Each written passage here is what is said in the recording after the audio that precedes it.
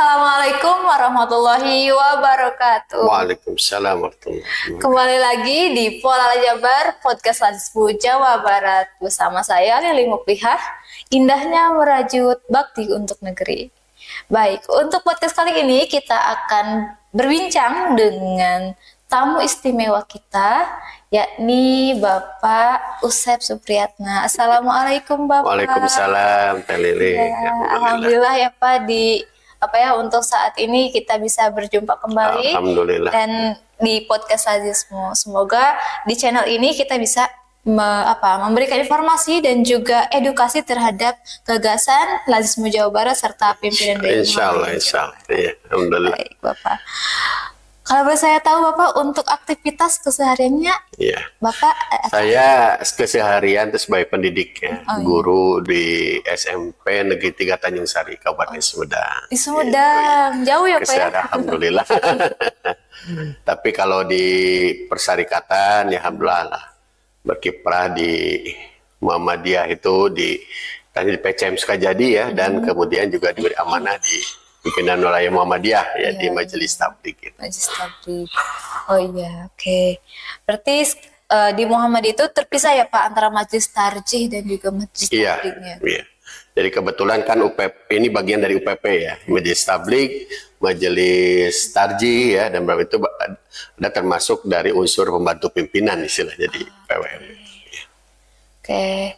Saya sedikit mencari tahu dulu ya Pak ya tadi program ada fokus Muhammadiyah di awal berdirinya. Yang pertama tabligh, terus pengembangan taman pustaka dan juga PKU. Nah, berarti tabligh ini merupakan rohnya Muhammadiyah ya Pak? Iya, betul. Sepakat bahwa memang sejak berdirinya Muhammadiyah ya, kita tahu bahwa memang karena Muhammadiyah itu sebagai organisasi masyarakat yang bergerak di bidang atau organisasi keislaman, tentu memang yang menjadi ruhnya adalah tabligh. Tabligh kan salah satu upaya ya untuk bagaimana mendakwahkan Islam, dan tentu dulu Rasulullah sendiri ditugaskan oleh Allah sebagai Rasul adalah juga mendakwahkan Islam. Jadi ketika Muhammadiyah berdiri, kemudian juga karena salah satu juga adalah perenungan pendirinya Kiai Haji Ahmad Dahlan terhadap kondisi masyarakat yang memang perlu perbaikan dan kondisi pada zaman itu ya. Itulah muncullah program salah satunya tabligh ya. Di samping tadi ada pustaka, kemudian juga dari PKU dan sebagainya. Itu jadi bagian dari yang memang awal dari Muhammadiyah itu sendiri. Memang tujuan Muhammadiyah juga ada bertabligh gitu. Betul, ya. Dakwah amar ma'ruf nahi mungkar itu ya, dakwah Islam. Sehingga kemudian di Muhammadiyah dikembangkanlah surau-surau, masjid-masjid, madrasah, dan juga pembinaan untuk para mubaliknya. Betul. Oke. Nah, sementara untuk fokus Majelis Tabligh PWM, pimpinan wilayah Muhammadiyah Jawa Barat sendiri itu apa sih? Iya. Ya tadi berangkat dari bahkan kalau kita lihat Kiai Haji Ahmad Dahlan awal mula mendirikan Muhammadiyah kan dari pengajian gitu ya. Awalnya dari pengajian kita tahu misalnya ada pengajian Sopotresno dan sebagainya, itu berangkatnya kan, kemudian dari kelompok-kelompok pengajian itulah diimpun menjadi akhirnya mendirikan organisasi Muhammadiyah. Nah, oleh karena itu maka karena Kiai Ahmad Dahlan berangkat dari pengajian, maka ini bagian dari program tabligh pun sebenarnya juga adalah intinya adalah bagaimana memaksimalkan pengajian sebagai salah satu media ya, media dakwah. Nah, oleh karena itu fokus Majelis Tabligh wilayah salah satunya bagaimana kita untuk lebih memantapkan ya program tabligh di bidang pengajian. Ya tentu faktor-faktor lain yang menunjang atau kata dalam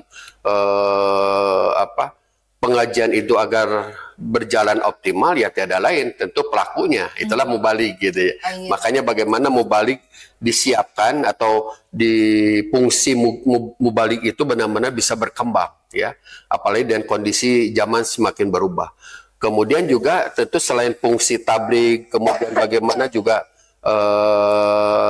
memaksimalkan peran mubaligh, maka tentu juga dalam konten isi atau dari isi apa yang disampaikan juga tentu harus sesuai atau mengupdate kondisi zaman. Maka Muhammadiyah terutama di Majelis Tabligh wilayah Jawa Barat pun ingin fokus pada bagaimana pengembangan tabligh ya, fungsi tabligh ini yang tentu spiritnya adalah spirit tajdid ya, yang tidak bisa lepas dari Muhammadiyah.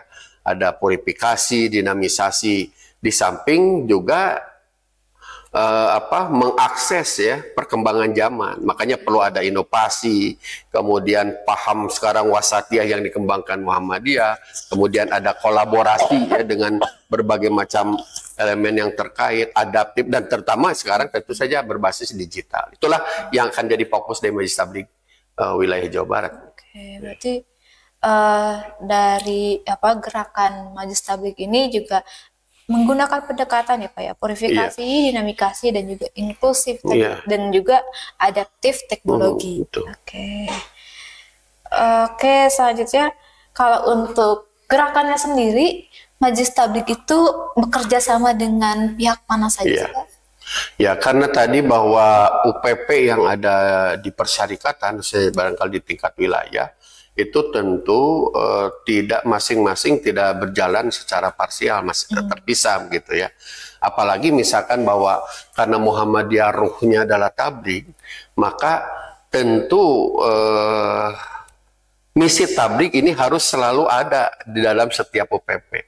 Apakah itu di tarjih lah gitu ya. Bahkan mungkin di Majelis Lingkungan Hidup, majelis di MPKU, MPKS, sampai mungkin pustaka informasi, itu semua harus ruhnya tabligh gitu, atau ruhnya adalah dia berdakwah. Nah, oleh karena itu tentu maka Majelis Tabligh pun tidak bisa lepaskan ya kerjasamanya ya, sinergi dengan berbagai macam UPP yang ada. Nah, termasuk tentu dengan lembaga-lembaga yang lainnya juga yang terkait ya, yang ada di UPP, seperti juga misalnya Lajismu, kemudian ada MDMC gitu. Itu tentu menjadi bagian yang tidak terpisahkan dari kegiatan tabligh. Nah, inilah kita kolaborasi seperti itu ya. Di tabligh akan dicoba ditekankan seperti itu. Oke, berarti memang semua unsur entah itu lembaga atau majelis lainnya semuanya menyebarkan spirit tabligh gitu. Iya, betul. Ada nggak sih Pak satu program khusus yang memang untuk mengingatkan kembali bahwa dimanapun kita bergerak, di bagaimanapun program-programnya, yang kita maksudkan adalah tabligh itu? Iya. Nah, tadi kembali bahwa ruh Muhammadiyah tabligh. Nah, ruh tabligh sendiri itu ada di pengajian. Nah, maka diharapkan sebenarnya bahwa UPP atau apapun ya unsur yang ada di Muhammadiyah itu tidak boleh lepas dari namanya istilahnya pengajian. Atau istilah mungkin yang lain sekarang adalah pengkajian gitu, agak ilmiah gitu ya. Nah, oleh karena itu barangkali juga misalkan UPP yang lain juga ini tidak boleh lepas kajian-kajian keislaman dan sebagainya gitu. Tentu mungkin untuk kaitan terkait dengan program dari UPP sendiri gitu. Nah, mudah-mudahan tabligh bisa memberi warna juga atau bekerja sama gitu ya. Misalkan sekarang misalnya MDMC, ketika MDMC menghadapi beberapa kejadian-kejadian bencana misalkan ya. Kemudian MDMC tentu bersentuhan dengan masyarakat. Kemudian di situ ada korban dan sebagainya. Nah, di situ juga memang kalau tabligh juga atau mubalik juga hadir, ya, itu kan bisa tentu membantu, paling tidak berikan dukungan psikologis, menyadarkan mereka supaya bersabar, dan paling penting juga bagaimana pasca terjadinya gempa itu ada perubahan gitu. Bukan hanya dari sisi struktur katakanlah atau fisiknya gitu, tapi mungkin di sana nanti mudah-mudahan di tempat-tempat yang semula tidak ada pengajian, ada pengajian. Jadi nilai positif seperti itu. Nah, disitulah barangkali mudah-mudahan bergerak salah satunya tabligh dengan UPP yang lain yang terkait gitu. Ini bagaimana sinergitas ya? Ah, itu intinya sinergi, betul. Oke. Kalau dari pemaparannya tadi disampaikan kalau ruhnya memang dakwah dan unsur intinya adalah manusianya, mubalignya ya. Betul. Nah, ada nggak sih Pak pelatihan khusus untuk mubalig Muhammadiyah? Nah, tadi ya betul. Jadi memang yang selain nanti fungsi tablighnya berjalan maksimal, juga tentu tidak bisa lepas daripada pelakunya gitu ya. Pelaku dari itu yang disebut dengan mubalig. istilahnya mubalik. Nah, mubalik ini tentu kalau tidak diberikan pengayaan, tidak diberikan katakan penguatan kompetensinya, dikhawatirkan tidak bisa optimal dalam berdakwah, apalagi dengan kondisi zaman yang semakin berubah. Nah, kompetensi daripada tabligh itu, mubalik itu diantaranya melalui pelatihan. Makanya kita juga, karena kan tentu wilayah ini tidak bisa lepas ya dengan tingkatan persyarikatan berikutnya, ada daerah, ada cabang, ranting. Maka kami juga dari wilayah, dari Rakerwil kemarin juga menekankan kepada daerah-daerah supaya mengoptimalkan pelatihan-pelatihan mubalik gitu ya. Jadi katakanlah setiap level tentu memiliki atau setiap tingkat memiliki level pemubaliknya atau kompetensi, level kompetensi. Misalkan di daerah untuk wilayah kabupaten atau kota, tentu level dari dakwahnya berbeda dibanding cabang. Nah, wilayah diantaranya kita ingin mencoba lebih memaksimalkan pada sisi katakanlah kalau pelatihan lebih kepada pelatihan instrukturnya supaya nanti mereka bisa terjun menyelenggarakan pelatihan-pelatihan baik di tingkat daerah atau cabang.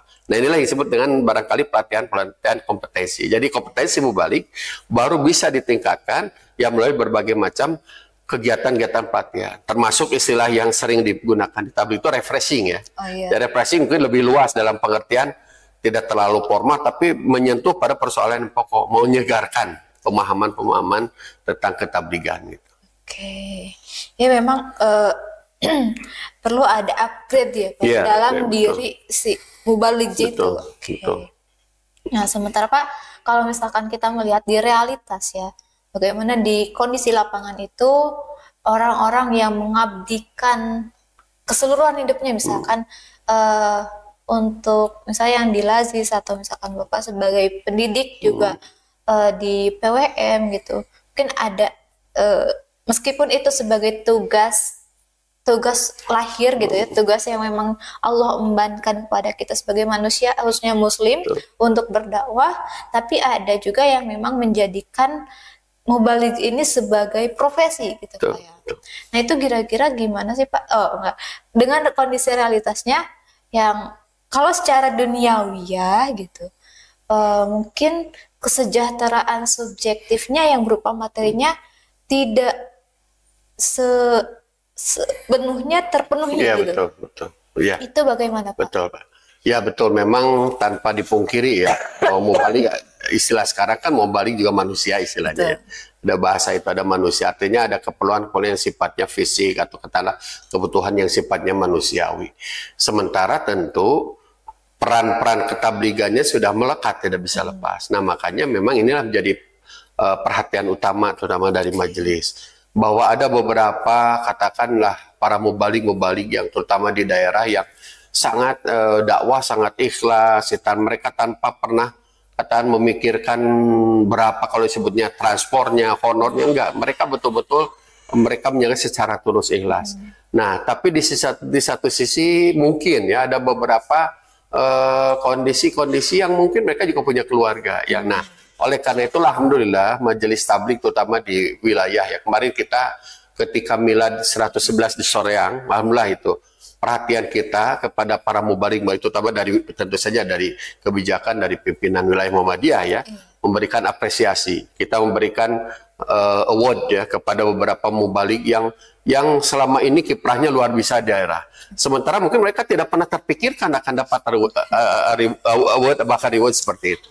Nah, tetapi di satu sisi kalau kemarin misalkan milad hanya sekali lah gitu ya, hanya pada saat momentum milad. Nah, PWM juga kita sama juga bersama dengan tabligh sudah membicarakan bagaimana mereka juga mendapatkan ya istilahnya insentif apalah yang kita terutama bagi beberapa orang yang fokusnya di dakwah ya, di tabligh sementara tidak punya pekerjaan lain. Insya Allah akan ada insentif mereka dapatkan paling tidak lah sebulan sekali mendapat. Insya Allah kita akan coba. Nah, salah satunya tentu kita akan kerjasama dengan Lajismu gitu ya, sebagai salah satu lembaga yang memang bergerak di bidang katakanlah kaitan dengan kedermawanan dan sebagainya. Maka disinilah kerjasama dengan Lajismu ini sangat penting. Dan kita alhamdulillah sudah ini juga sudah dibicarakan, sudah diprogramkan. Jadi ini salah satu upaya supaya mereka juga dakwah lebih efektif, sementara juga keluarganya terperhatikan, apalagi misalnya terkait dengan kesehatannya gitu.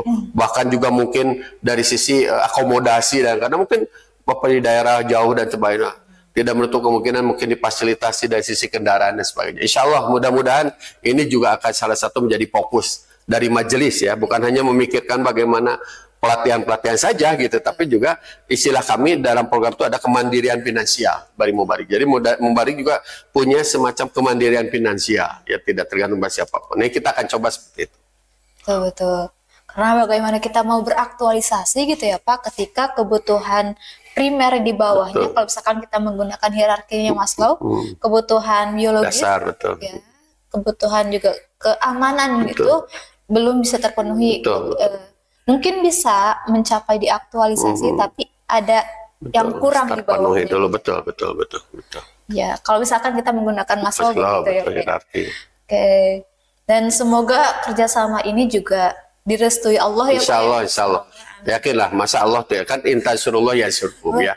Bahwa jika kita kan dakwah itu selalu mendorong agama Allah, pasti Allah juga akan menolong kita punya kayak. Hanya sebagai ikhtiar manusia, apalagi lembaga ya, harus secara masif ya, artinya terprogram begitu.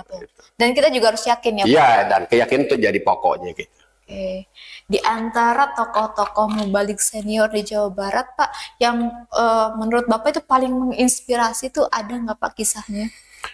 Ya sebenarnya banyak ya, terutama para sepuh-sepuh dan beberapa orang mungkin tentu sudah tidak tiada ya. Tapi saya sering lah beberapa ngobrol dengan tokoh-tokoh yang katakanlah mereka pernah misalkan ya, saya pernah ditugaskan ke daerah Cianjur ya, Cianjur Selatan, perbatasan Kabupaten Bandung, yang jalannya saja luar biasa ya, repot. Kemudian ngobrol dengan mereka, kemudian cerita gitu bahwa tokoh-tokoh dari Muhammadiyah Jawa Barat itu sampai mereka itu bahkan dari satu cabang ke cabang lain atau dari satu masjid mereka berjalan, dan itu malam hari gitu ya. Bahkan dulu itu tidak ada, mungkin ya jalan juga jalan terjal, hanya mungkin dengan obor istilahnya ya, hanya dengan bantuan obor.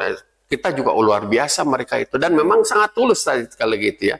Itu bahkan juga mungkin ada beberapa yang harus datang seperti ke daerah Sukabumi ya, ke Jampang. Itu cerita-cerita itu tentu sering disampaikan para sepuh kita ya, untuk memotivasi mubalik terutama mubalik muda lah. Karena mungkin kalau mubalik muda seringkali mungkin kalau bahasa Sundanya apa ya, ogoan ya, ingin dijemput, harus ada kendaraan, harus. Sementara mereka kadang-kadang apa yang bisa dipakai, pakailah. Bahkan ada kisah misalnya harus naik truk ya, truk yang mungkin membawa muatan hewan, kadang ada katanya muatannya misalnya bawa semacam ya dari perkebunan tuh teh, mereka ikut sampai mana gitu supaya bisa sampai ke lokasi gitu. Itu pun kalau pakai kendaraan gitu ya, kalau tidak pakai kendaraan mereka jalan. Nah itulah tokoh-tokoh kita. Nah makanya mungkin ini mudah-mudahan menginspirasi. Kalau sekarang dukungannya ya, kendaraan sekarang sangat sulit ya. Misalkan tinggal kita pesan apa secara online kan, silakan datang sekarang gitu. Mudah sekali ya. Nah makanya kalau misalnya daya dukungnya luar biasa, kenapa malah tidak menambah spiritnya lebih tinggi lagi ya, semangat dakwahnya itu barangkali. Ya. Tuh, kalau misalkan ngelihat dari sekarang semuanya serba mendukung ya Pak ya. Betul. Akses transportasinya, akses kemudahan informasinya, juga bahkan mungkin dengan adanya digitalisasi ini, dengan kita beralih gitu, selain hanya di mimbar, kita juga bisa menggunakan podcast ya, betul Dan podcast. sebenarnya itu bisa jauh kalau misalkan di beberapa tahun sebelumnya hanya di masjid-masjid yang mungkin hanya 10-20 orang, ketika kita menggunakan ini dengan maksimal bisa menyentuh bahkan bisa jutaan gitu ya, dan tidak terbatas dari wilayah geografis. Betul. Insya Allah. Iya, betul. Merinding Pak dengar betul memang sebetulnya kaitan apalagi misalkan sekarang dengan dukung digital ya. Betul. Itu juga harus dimaksimalkan ya. Dalam arti terutama misalkan katakanlah mubalik senior yang sepuh, mereka sudah tidak bisa mengakses mereka seperti itu. Jadi mereka mungkin lebih banyak verbal, langsung beraudiensi dengan jamaah. Nah yang muda-muda ini sudah harus, dan bahkan juga kita pernah juga dengan dari TPMU ya, Pak Makrun, saya pernah sampaikan bahwa mubalik-mubalik kita tidak semua bisa mengakses atau katakanlah punya kemampuan digital gitu. Nah, makanya ini harus ditunjang. Contohnya MPI misalkan. Kenapa misalnya kita sebutlah mubalik-mubalik yang viral gitu ya.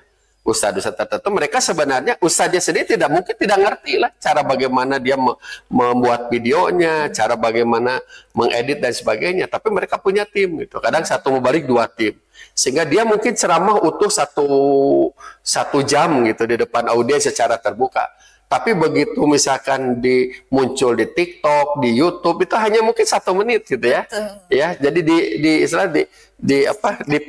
disikat, dipotong-potong dan itu diambil yang pentingnya. Dan itu kan tentu harus ada orang yang mahir atau yang dari situlah makanya unsur-unsur terkait seperti tadi ahli-ahli IT, MPI segala macam ya. Ini harus mampu mendampingi ya mubalik. Misal kenapa sekarang Ustadz Adi Hidayat kan luar biasa sekarang. Viewernya ya subscribernya luar biasa banyak. Nah, itu kan tentu saja punya tim. Nah, kita juga sebenarnya banyak terserang kita sering kalah lah Muhammadiyah dan tetangga sebelah kita. Banyak mereka lebih maju ya, kadang-kadang berbalik maksudnya. Nah, ini juga tentu harus memotivasi lah. Memotivasi bahwa memang zamannya tidak bisa kita pukuli, harus melalui salah satunya ya media digital tidak boleh dipisahkan. Ini harus, dan fokus di Majelis Tabligh juga sama. Jadi bagaimana kita juga kemarin di wilayah atau di pusat sudah menyelenggarakan ya pelatihan digitalisasi dakwah. Dan kita juga mutus 2 orang dari Jawa Barat mengikuti di Jogja tingkat pusat. Jadi harapan mereka juga datang ke sana, dan pulang dari sana juga bisa membuat konten-konten. Ya, alhamdulillah sudah jalan ya, misalnya kita sudah ada di IG, sudah mulai di TikTok dan sebagainya. Walaupun belum maksimal ya. Dan mudah-mudahan itu diturunkan di tingkat wilayah juga di daerah. Insya Allah itu juga menjadi bagian program kerja tabligh ya, terutama dalam pelatihan-pelatihan digitalisasi dakwah. Gitu. Oke. Ya. Wah, karena kalau misalkan kita ngelihat ya dari kondisi realitas sekarang, lapangan karena tadi lapangannya semakin luas, mungkin juga tantangan juga berbeda ya. Betul. Ada polanya mungkin sama, tapi kasusnya mungkin yang berbeda gitu. Ya, Pak. Untuk di pimpinan wilayah Muhammadiyah sendiri, untuk di Jawa Barat ini ada nggak sih Pak rencana untuk pengorbitan misalkan satu tokoh gitu, mubalik misal nih ya seperti Ustadz Adi gitu. Iya, betul. Gitu. Nah itu yang menjadi juga pembincangan kita ya, seperti tadi saya sampaikan. Kadang kita kalah oleh tangga 11, ada orang-orang yang mau dimunculkan. Sebenarnya juga tadi ya kalau bicara Muhammadiyah kita punya tokoh yang ya Ustadz Adi Hidayat misalkan ya, yang ya mungkin dari proses beliau dari mulai pesantren dan sebagainya lah sampai pada juga didukung oleh berbagai macam media lah terutama. Nah juga sama, ini juga terpikir, makanya kita juga ingin insya Allah ya sudah dengan MPI, dengan TPMU juga, dan beberapa kesempatan diskusi kita juga sama. Kita harus memunculkan siapa misalnya satu orang yang kita support gitu ya. Kemudian tadi saya kata, biarlah dia fokus di dakwahnya gitu. Dia fokus bagaimana kompetensi dakwahnya tingkatkan, tapi untuk urusan membuat konten-kontennya supaya bisa diupload di media, nah itu harus ada tim khusus, kita ada tim. Nah ini menjadi bagian yang tidak terpisahkan daripada digitalisasi dakwah. Insya Allah doakan saja mudah-mudahan seperti itu. Dan tentu ada dukungan dari semua unsur ya, semua elemen dari Lajismu, kemudian dari beberapa UPP juga ya. Baik, ini juga bisa berjalan. Insya Allah mudah-mudahan. Bahkan tadi juga tidak menutup kemungkinan mubalik itu tidak hanya di majelis tabligh ya. Mungkin saja ada mubalik yang dia bisa diorbitkan tadi istilahnya, mungkin dari UPP lain, dari majelis lain, yang boleh jadi mungkin bicara dakwahnya dia misalkan dari lingkungan hidup gitu. Nah seperti itu. Jadi kita mencoba kolaborasi seperti itu karena tidak menutup potensi-potensi mubalik yang mungkin bisa menarik seperti itu, tidak hanya di majelis tabligh gitu. Bahkan mungkin tidak di wilayah, mungkin nanti ada di daerah, di cabang dan sebagainya. Insya Allah mudah-mudahan. Berarti segmentasinya pun diperluas ya? Iya, betul. Istilahnya betul segmentasi. Karena dakwah itu kan harus multidisiplin ya. Bahkan tadi segmentasi kita bisa beda-beda. Ekonomi dan sebagainya. Gitu. Bukan hanya pada wilayah pun istilah syariat saja gitu ya. Tapi juga ekonomi, lingkungan hidup itu harus disentuh oleh dakwah. Nah makanya ini tadi core inti daripada dakwah itu harus ada di semua elemen atau PP lah. Menjadi core intinya adalah dakwah. Oke. Nah, memang begitu ya Pak. Maksudnya setiap gerak perilaku kita itu juga ada syariatnya gitu kan, itu.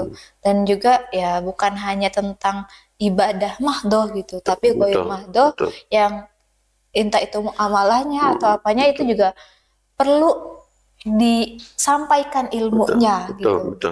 Karena setiap hal itu pasti ada ilmunya, dan ketika kita tidak tahu maka serahkan itu pada ahlinya.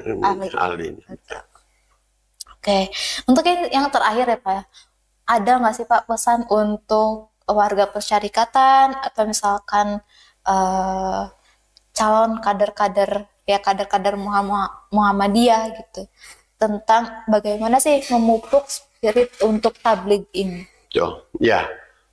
Satu hal yang menjadi konsen kita di Majelis Tabligh Wilayah untuk periode ini diantaranya kita ingin merekrut terutama kader-kader yang bukan hanya di PWM lah misalnya.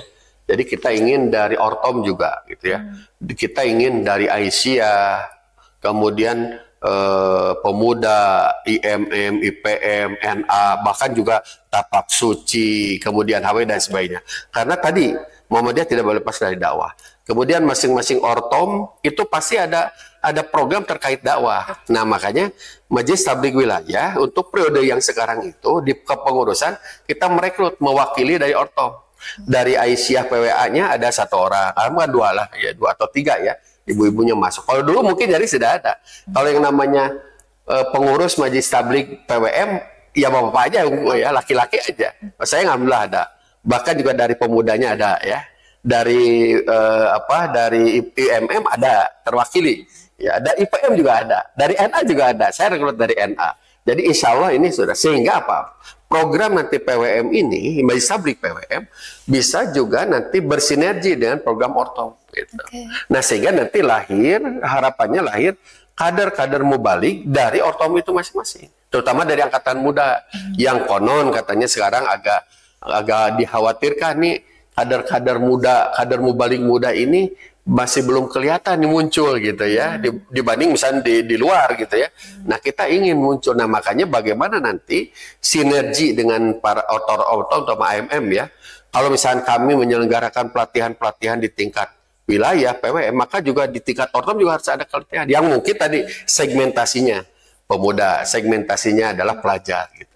Nah, sehingga nanti dakwah kita itu betul-betul semua segmen, bahkan nanti kan segmentasi yang berkaitan usia atau golongan-golongan tertentu di masyarakat kan tidak susah. Ketika Muhammadiyah misalnya diminta atau satu lembaga itu lebih banyaknya adalah anak muda, ya kita tampilkan mudah-mudahan dari anak-anak IPM, IMM. Harapannya seperti itu insya Allah. Gitu. Semoga niat-niat baik ini dimudahkan. Amin, mudah-mudahan. Sehingga untuk Majelis Tabligh PWM pimpinan wilayah Muhammadiyah Jawa Barat ini juga bisa menjadi percontohan. Mudah-mudahan insya Allah. Daerah cabang. Iya, ya, intinya begini ya. Jadi intinya kita ingin memotivasi bahwa bukan hanya di wilayah daerah, dan kita juga yakin dan sudah terbukti bahwa banyak daerah-daerah yang sudah maju ya, sudah bergerak di bidang dakwah itu mungkin melewati program yang ada di wilayah ya itu. Jadi kita hanya tentu belum ratanya di daerah itu, harapannya itu barangkali. Betul. Karena kita juga perlu mengapresiasi ya, tadi ada proses apresiasinya bagi usaha-usaha yang sudah dikeluarkan, dan ketika ada ketimpangan, ketika ada kekurangan, maka apa sih yang bisa kehadiran PWM gitu ya, khususnya Majelis Tabligh di situ. Oke, dan salah satunya adalah dengan mengusahakan keterwakilan di komposisi pengurus gitu ya Pak. Salah satunya itu ya. Sehingga aspirasi-aspirasi itu tetap bisa masuk gitu. Oke, itu ya untuk perbincangan kita tentang Majelis Tabligh, dan semoga kerjasama dengan Lazismu Jawa Barat juga untuk memerhatikan bagaimana tadi niat untuk membangun kemandirian finansial bagi para mubalik, dan juga ketahanan mungkin ya untuk mencapai kesejahteraan, entah itu psikologis ataupun subjektif bagi para mubalik dan juga para pengurus gitu ya. Dan khususnya untuk warga persyarikatan Muhammadiyah itu bisa tercapai. Terutama kesejahteraan spiritual gitu Pak ya. Sehingga semangat kita untuk beribadah, entah itu yang memang antara individu dengan Allah langsung atau individu dengan sesamanya, hablumillah dengan hablumillah, saya bisa seimbang. Insya Allah. Semoga niat-niat baik ini dimudahkan dan juga diistiqomahkan. Amin ya Rabbal Alamin. Insya Allah. Baik, untuk Pola Jabar, podcast Lazismu Jawa Barat, indahnya merajut bakti untuk negeri, pada episode kali ini sudah selesai. Kita bertemu di episode selanjutnya. Saya Lili Mupiha pamit undur diri dan juga Bapak Usep Supriyatna. Assalamualaikum warahmatullahi wabarakatuh. Assalamualaikum warahmatullahi wabarakatuh. Alhamdulillah. Bapak. Alhamdulillah.